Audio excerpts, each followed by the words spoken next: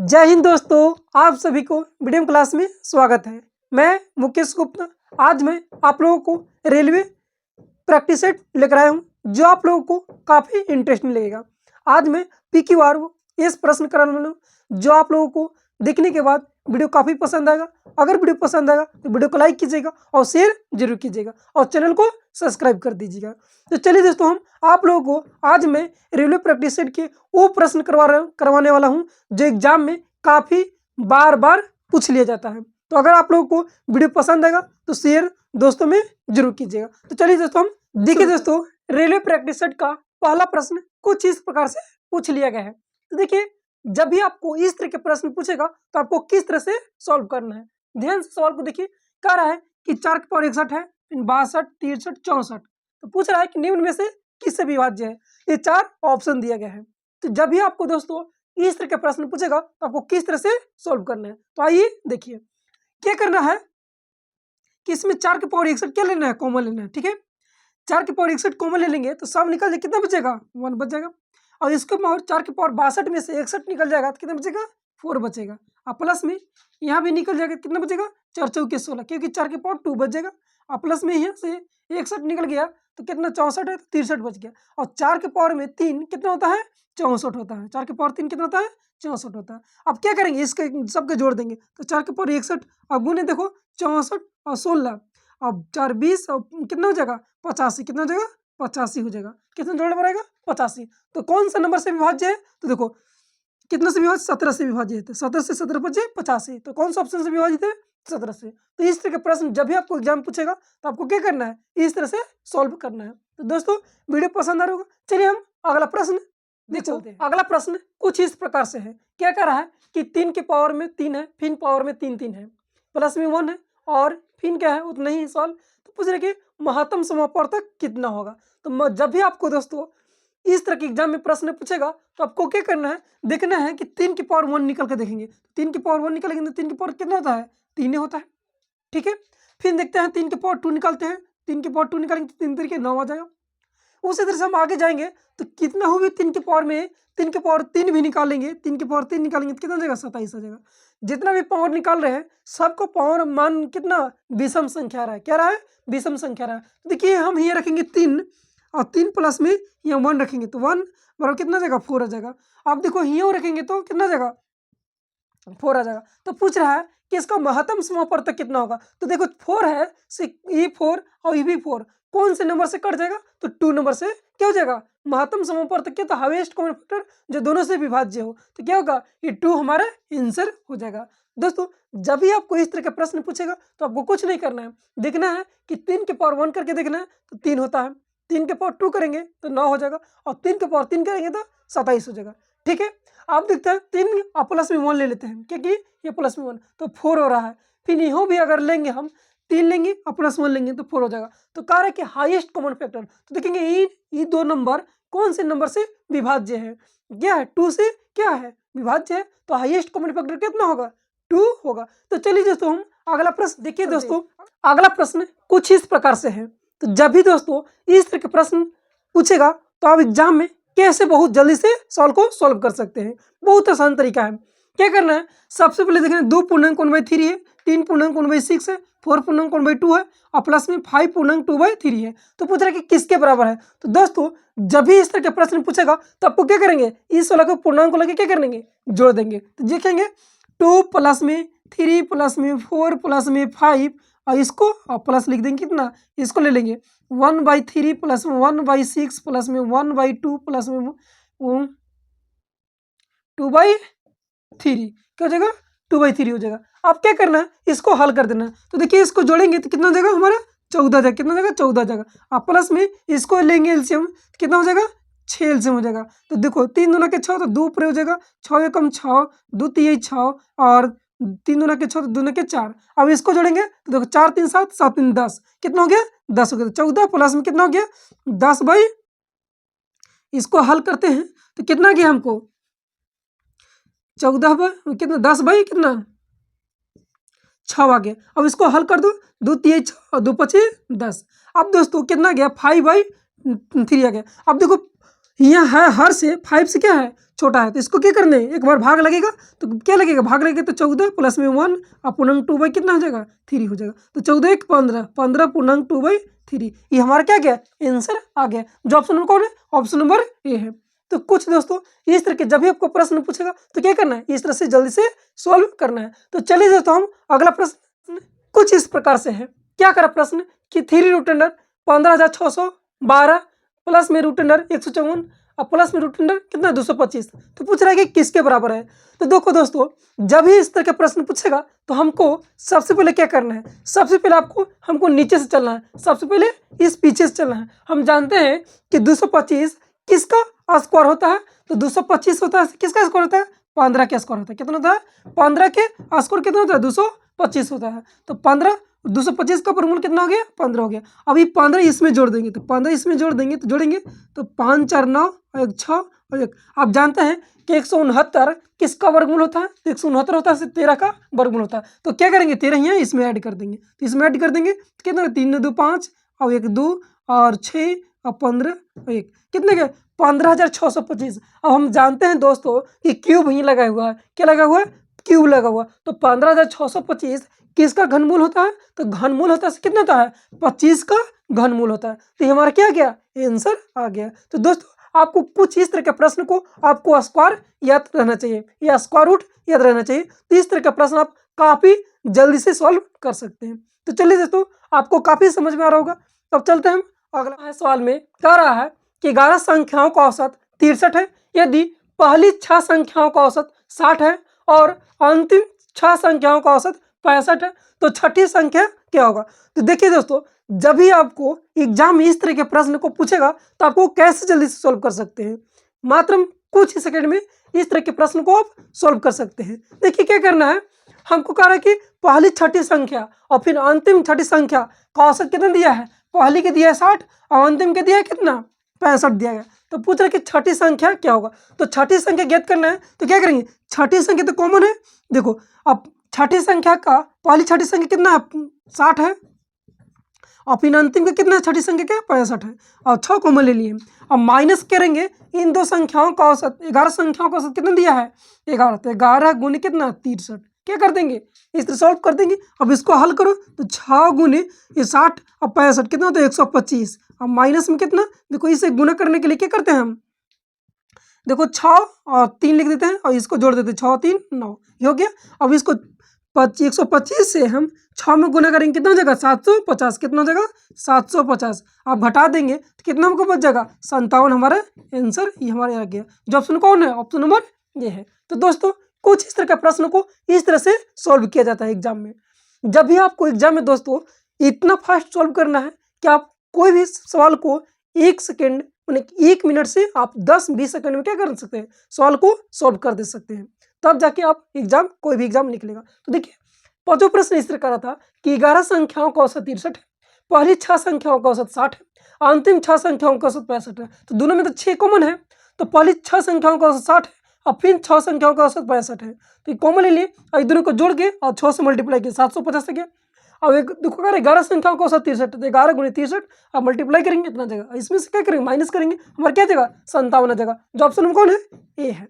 तो चलिए दोस्तों हम अगला प्रश्न छठा क्या कर रहा है, क्या कर रहा है रेशियो का सवाल है। क्या कर रहा है ए रेशियो बी दिया है 1:2 है और बी रेशियो सी 3:4 है और सी रेशियो डी 6:9 है और डी रेशियो ई कितने दिया है 12:16 है। तो पूछ रहा है कि ए रेशियो ई का मान किसके बराबर है। तो दोस्तों जब भी आपको इस तरह का प्रश्न पूछेगा तो आपको कैसे सॉल्व करना है, डायरेक्ट क्या करना है ए रेशियो ई का मान ज्ञात करना है। तो देखते हैं कैसे सॉल्व करना है। तो देखिए क्या करना है हमको, कि लिखेंगे ए रेशियो बी का मान कितना लिखना है 1:2 है, ठीक है। फिर लिखेंगे बी रेशियो सी का मान कितना दिया है हमको 3:4 दिया गया है। फिर देखेंगे कि सी रेशियो डी का मान कितना दिया गया है 6:9 दिया गया है। और फिर देखेंगे डी रेशियो ई का मान दिया कितना दिया गया है, हमको दिया गया कितना 12:16 दिया गया है। तो देखो हमको ज्ञात करना है, देखिए बी से बी कट कैंसिल हो जाएगा, सी से सी का डी से डी कैंसिल हो रहा है, क्या निकल रहा है ए रेशियो ई का मान निकल जा रहा है। अब देखते हैं क्या करते हैं, देखो इसमें जो भी नंबर कटेगा आपस में क्या कर देंगे कैंसिल हम कर देंगे।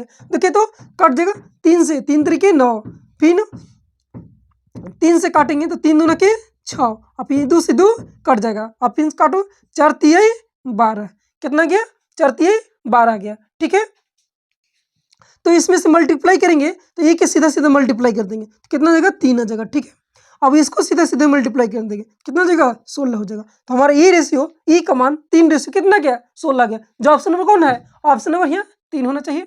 तो 3 रेशियो कितना हो गया 16 हो गया। जो ऑप्शन नंबर कौन है, बी है। तो दोस्तों इस तरह के प्रश्न को आपको क्या करना है, इस तरह से सॉल्व करना है। तो चलिए तो हम अगला प्रश्न कर रहे हैं। प्रश्न, किसी वस्तु के मूल्य में 10% की कमी की गई है, इसे पुराने मूल्य पर लाने के लिए नए मूल्य में कितने की वृद्धि करनी होगी। तो दोस्तों जब भी आपको पुराने मूल्य से नए मूल्य में लाने के लिए कितने का वृद्धि करना होगा, तो सबसे पहले क्या करेंगे 10% की कमी हो रहा है तो 10% हम निकालेंगे। 10% का फ्रैक्शन कितना होता है 1/10 होता है। तो देखो शुरू में मूल्य कितना था 10 था, अब कितने की कमी हो रहा है 1 की कमी हो रहा है। तो कह रहा है कि कितने की वृद्धि करनी होगी, तो कितना की वृद्धि करनी है 1 पर। अब कितना पर 10 में से 1 की कमी हो रहा है तो 9 पर ना, तो 9 पर वृद्धि करना होगा। तो क्या कर देंगे, 1/9 का फ्रैक्शन होता है, हम लिखवा चुके हैं, परसेंटेज पढ़ा चुके हैं कि 1/9 का परसेंटेज कितना होता है 11.1/9% होता है। ये क्या हो जाएगा हमारा आंसर हो जाएगा। तो दोस्तों जब भी आपको इस तरह का प्रश्न आपको पूछेगा तो आपको इस तरह से सॉल्व करना है। देखिए 10% कमी हो गया तो 10% का फ्रैक्शन होता है 1/10 होता है। अब कह रहा है कि 1 की कमी हो रहा है, तो देखो शुरू में मूल्य कितना था 10 था, अब 1 की कमी हो गया कितना हो गया 9। अब पूछ रहा है कि कितने प्रतिशत की वृद्धि किया जाए, तो 9 में वृद्धि करेंगे 1 की वृद्धि करेंगे कितना पर 9 पर, और 1/9 का परसेंटेज वैल्यू कितना होता है 11.1/9% होता है। तो ये हमारा क्या गया आंसर आ गया। तो चलिए दोस्तों हम अगला प्रश्न में चलते। कह रहा है कि 100 पुस्तकों का लागत मूल्य 60 पुस्तकों के विक्रय मूल्य के बराबर है। कह रहा है कि 100 पुस्तकों का लागत मूल्य है से 60 पुस्तकों के विक्रय मूल्य के क्या है बराबर है। तो पूछ रहे कि लाभ होगा अथवा हानि होगा, तो प्रतिशत ज्ञात करना है कितनी होगी। तो देखिए हम जानते हैं कि 100 पुस्तक है, क्या है 100 पुस्तकों का क्रय मूल्य दिया गया, मैंने सीपी कॉस्ट प्राइस दिए गए, और 60 पुस्तकों के विक्रय मूल्य के बराबर है, मैंने हमारा सेलिंग प्राइस दिया गया है। तो देखो काट दो, तो एक जीरो से एक जीरो कट गया, 2 से काटो 2 3 6 और 2 5 10, तो लिखेंगे सीपी बटा कुछ एसपी लिखेंगे, और कितना 3 और इधर भागम है तो भागम बटन गुना में तो भाटा में चल जाएगा।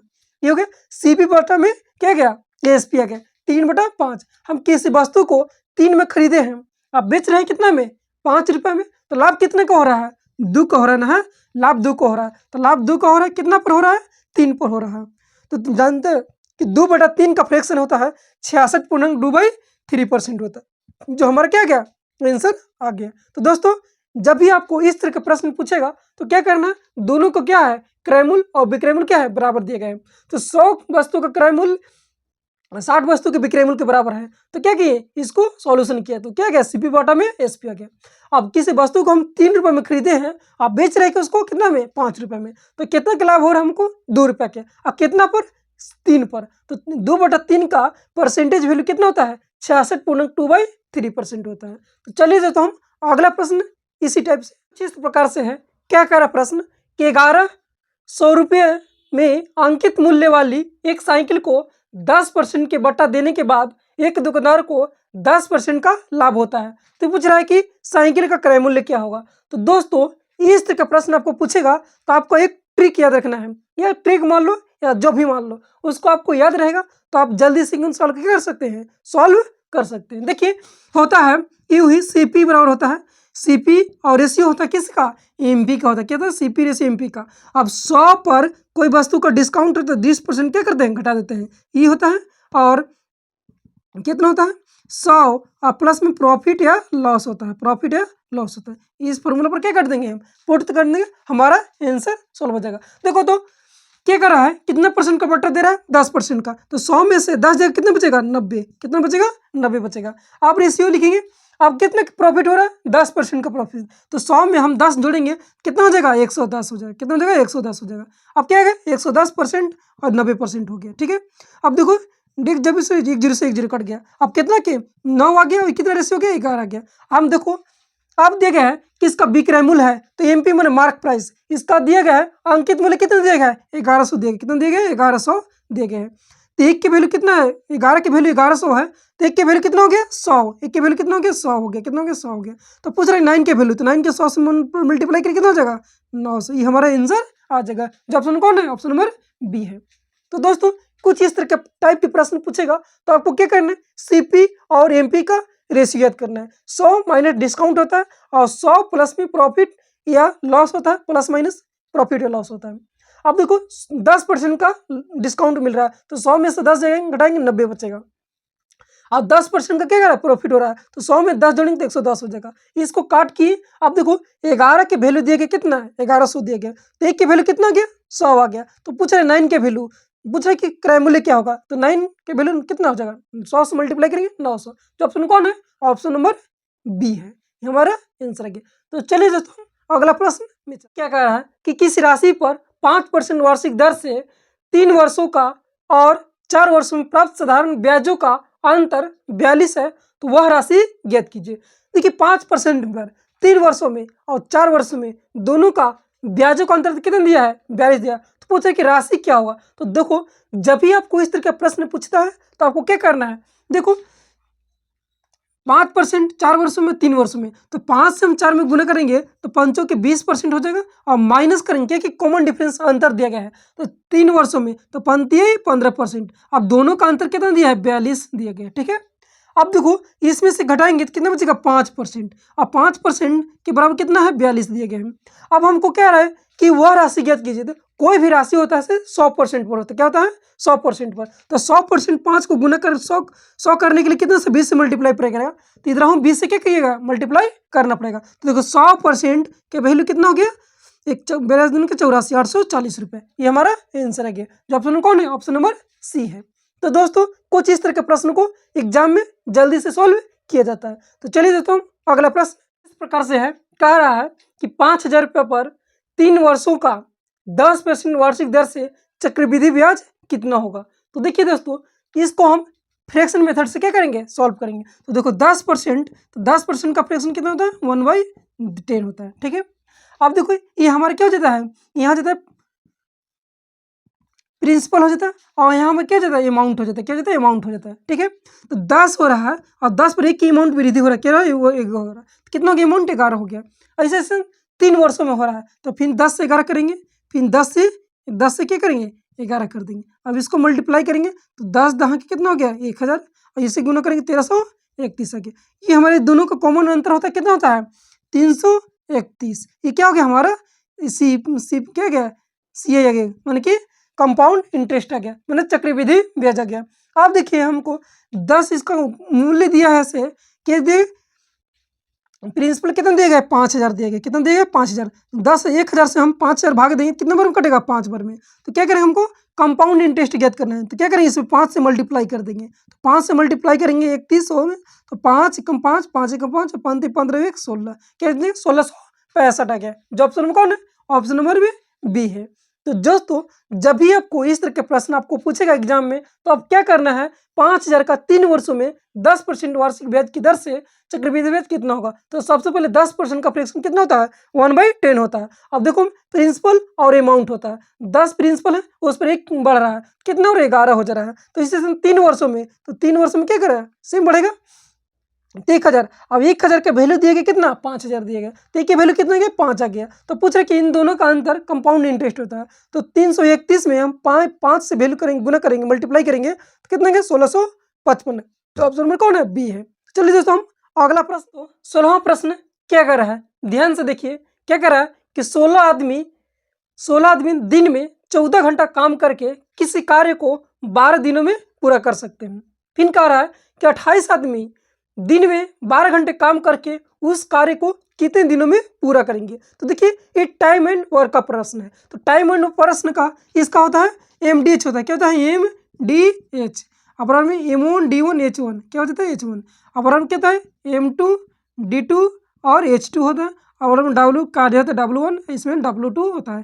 तो इस तरह के प्रश्न को इस तरह से क्या करते हैं, MDH में बैठा देते हैं, हमारा आंसर आ जाता है। देखिए 16 आदमी है, तो 16 आदमी और 14 घंटे में, टाइम मैंने एच मैंने टाइम 14 दिन में 14 घंटे में कार्य करके 12 दिनों में, मैंने दिन दिया है 12 दिनों में। फिर क्या कर रहा है कि 28 आदमी, तो 28 आदमी और कितना 12 घंटा काम करके पूछ रहे कि कितने दिन में, तो मान लेते हैं कि D दिनों में खत्म कर देता है। तो क्या करेंगे, अब कार्य इसका भी कार्य 1 है और इसका भी कार्य, एक ही कार्य को करते हैं दोनों। तो क्या करेंगे, काटेंगे तो 14 दूना की 28, और देखो 2 से काट 12 से 12 ही कट जाएगा, और 2 से 2 8 16, कितना गया 8 दिन हमारा आंसर आ गया। क्या गया, 8 दिन में कार्य को पूरा कर देंगे। जो ऑप्शन नंबर कौन है, ऑप्शन नंबर डी है। तो दोस्तों कुछ इस तरह के प्रश्न आपको एग्जाम में पूछ लिया जाता है। आप कोई भी एग्जाम में देखिएगा तो ये जैसे रेलवे हो गया, एनटीपीसी हो गया, ग्रुप डी हो गया, जीडी में इस तरह के प्रश्न काफी पूछ लिया जाता है, जो आपको सीखना बहुत जरूरी है। तो दोस्तों यहाँ तक आगे अब चलते हैं हम दोस्तों अगला प्रश्न में, कि किसी टैंक का 1/3 भरे होने पर उसमें 80 लीटर पानी आता है। तो पूछ रहे कि आधा भरे होने पर उसमें कितना पानी आएगा। तो दोस्तों जब भी आपको इस तरह के प्रश्न पूछेगा तो आपको किस तरह से सॉल्व करना है। तो देखिए वो 1/3 भरा रहा है तो पानी कितना आ रहा है, 80 लीटर आ रहा है। ठीक है, तो हमको पूछ रहा है कि 2 भरे होने पर उसमें कितना पानी होगा, मतलब आधा भरे होने पर। तो क्या करेंगे, हम इस तरह के स्पेस से मल्टीप्लाई करेंगे। तो देखो पूरा 3 भर रहा है, क्या भरा है, तो अब क्या करना, पानी 80 आ रहा है। तो देखो 1 लीटर दिया है पानी, 80 दिया है, तो 3 भरा होगा तो कितना हो जाएगा, 80 और गुने 3 हो जाएगा। तो पूछ रहे कि आधा भरे होने पर, तो आधा क्या कर देंगे, आधा भरना है तो 3 से क्या करेंगे, 2 से भाग दे देंगे। क्या करें, आधा टंकी को भर, देखो पूरा ऐसे 80 गुने 3 में भर रहा है, तो आधा कितना भरेगा, तो 2 से भाग दे देंगे। तो काटेंगे तो 2 से कितना भर में 40, और 40 से 3 में गुने चलती है 12, 120 लीटर क्या होगा, आधा भरा पानी होगा। अब पूरा कितना होगा, 240 लीटर भरा होगा। तो दोस्तों कुछ इस टाइप के प्रश्न दिया रहेगा, तो हम सवाल में एग्जाम में इस तरह से सॉल्व जल्दी से करेंगे। देखिए क्या कर रहा है कि 1/3 पानी टैंक में भरा हुआ है, जिसमें से 1/3 भाग भरा हुआ है, जिसमें 80 लीटर पानी आता है। तो उसमें कह रहा है कि आधा भरे होने पर कितना पानी आएगा। तो देखिए 1/3 भाग भरा है तो 80 लीटर पानी हो रहा है, मान कि एक का वैल्यू दिया गया इतना 80 लीटर। तो पूछ रहे कि टोटल, तो टोटल की वैल्यू कितना हो जाएगा, 80 गुने 3। तो पूछ रहे कि आधा भरे होने पर कितना होगा। तो क्या करेंगे, 2 से भाग दे देंगे, तो क्या हो जाएगा 40 बार में कटेगा, और 12 120 लीटर पानी भरा होगा। ठीक है, आधा भरे होने पर। तो चलिए दोस्तों 14वां प्रश्न कुछ इस प्रकार से है, कह रहा है कि कोई रेलगाड़ी 110 मीटर लंबे किसी प्लेटफॉर्म को 40 सेकंड में तथा उस प्लेटफॉर्म पर खड़े एक लड़के को 30 सेकंड में पार करती है। तो पूछ रहा है कि रेलगाड़ी की लंबाई क्या होगा। तो देखिए दोस्तों जब भी इस तरह के प्रश्न पूछेगा कि रेलगाड़ी की लंबाई क्या होगी, यानी कि उसकी दूरी कितना होगा, तो रेलगाड़ी की लंबाई ज्ञात करना है। तो मान लेते हैं हम कि रेलगाड़ी की लंबाई नहीं है, तो मान लेते हैं रेलगाड़ी की लंबाई x है, और रेलगाड़ी की लंबाई और प्लस प्लेटफॉर्म की लंबाई, दोनों की लंबाई जुड़ेगा तो 110 मीटर प्लेटफॉर्म की लंबाई ना है 110 हो गया। अब बटा इसको पार करने में रेलगाड़ी को कितना समय लग रहा है, रेलगाड़ी की लंबाई और प्लस प्लेटफॉर्म की लंबाई दोनों की कितना, 1 + 10, और दोनों को पार करने में कितने समय का समय लग रहा है, 40 सेकंड का समय लग रहा है। तो 40 क्या कर देंगे, डिवाइड कर देंगे। अब जाके बराबर में क्या करेंगे, फिर कह रहा है कि उस प्लेटफॉर्म पर खड़े एक लड़के, तो लड़का का उस प्लेटफॉर्म पर खड़ा होगा तो उसका लंबाई क्या होगा, ट्रेन के सामने 0 होगा। तो ट्रेन के सामने, तो ट्रेन की लंबाई कितना है, 1 है, उस लड़के की लंबाई भी क्या होगा, ट्रेन के सामने 0 होगा, तो 1 हो गया। अब उसको लड़के को कितने सेकंड में पार कर जा रहा है, 30 सेकंड में। तो क्या कर देंगे, 30 से मल्टीप्लाई कर देंगे। क्या करेंगे, इसको क्या गया, ये हमारा दूरी निकल गया, ये भी हमारा क्या गया, चाल निकल गया, ये दूरी बटा चाल, ये भी दूरी बटा चाल हो गया। अब क्या करेंगे, हल कर देंगे। देखो 0 से 0 कट जाएगा, अब क्या इसे मल्टीप्लाई करेंगे और इसे मल्टीप्लाई करेंगे। देखो 3x और प्लस में 330 बराबर कितना 4x, और इधर माइनस प्लस में जाए उधर माइनस में जाएगा, तो x पर कितना बचेगा 330 मीटर हो जाएगा। क्या जाएगा, हमारा आंसर आ गया। जो ऑप्शन कौन है, ऑप्शन नंबर डी है। तो दोस्तों कुछ एग्जाम में इस तरह के प्रश्न आपको पूछ लिया जाता है, तो सवाल कोई भी हो एग्जाम में आपको बनाने आना चाहिए। चलिए दोस्तों अगला प्रश्न 105 है, तो क्या करना है, 5 के स्क्वायर करके उसमें से क्या करना है, 2 माइनस कर देना है, हमारा आंसर हो जाएगा। तो 25 में से 2 जाए कितने बचेगा, 23, जो हमारा बी ऑप्शन हो गया। तो दोस्तों कुछ इस तरह के प्रश्न आपको एग्जाम में पूछ लिया जाता है। तो दोस्तों इस वीडियो को अंत तक जरूर देखिएगा। अगर वीडियो पसंद आया होगा तो वीडियो को लाइक शेयर और सब्सक्राइब जरूर कीजिएगा, और कमेंट बॉक्स में बताइएगा कि आप सबका वीडियो कैसा लगा। जय हिंद दोस्तों।